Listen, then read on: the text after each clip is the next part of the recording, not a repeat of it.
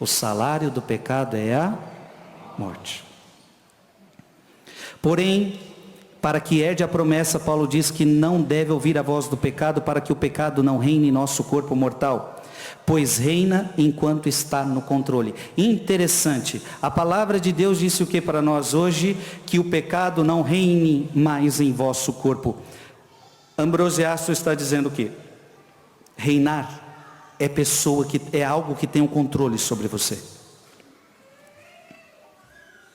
Quando Paulo diz não reine o pecado sobre você, ele está dizendo, o pecado não pode controlar você.